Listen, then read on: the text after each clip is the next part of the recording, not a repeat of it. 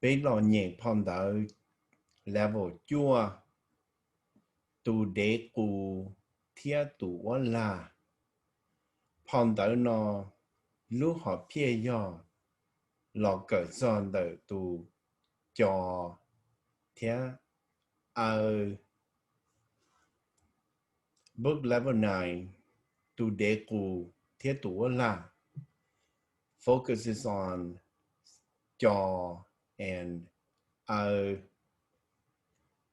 ba bé nhẹ nữa. Let's get ready to read. Tu wala cứ lu kỳ đơ mù trao sầu lu bó dê. One more time. Tu wala cứ lu kỳ đơ mù trao sầu lu bó dê. Tu đế cụ xa tàu lu kỳ đơ trao nữ nọ. One more time. Tu đế cụ xa tàu lu kỳ đơ trao nữ nọ. Nữ ra trao tu wala hai tia. 我家ก็有种我路女路音呀老古种行 One more time 女大招度我啦海地我家ก็有种我路女路音呀老古种行 Oh, do nữ lúc số rong li nữ tụ yên dạ mà nữ yếu hoa tàu tụ nhiều hoa tài trao cho nông tụ đế cụ hay đa li. One more time.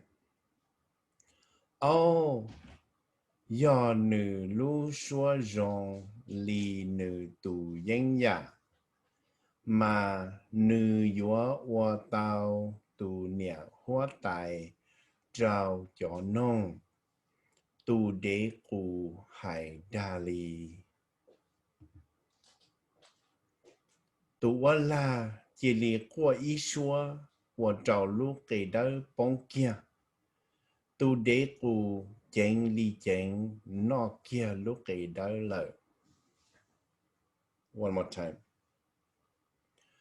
Tu wa la chỉ li qua ý xua và trao lúc kỳ đó bóng kia.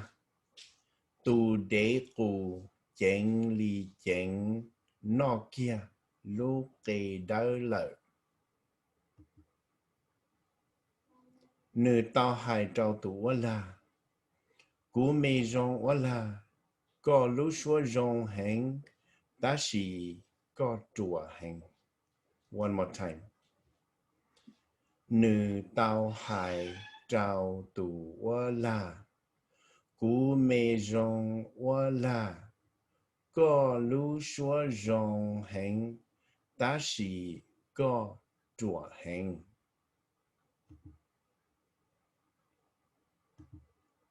Để nó giờ cho lù và mua tờ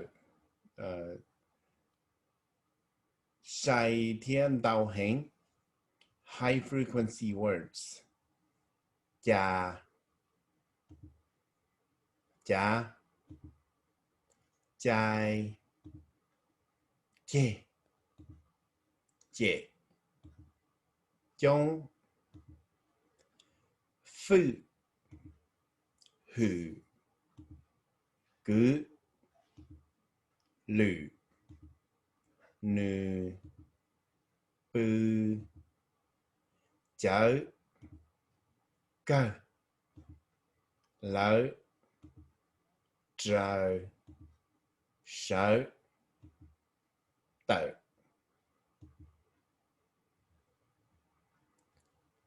Ponder no moli no su.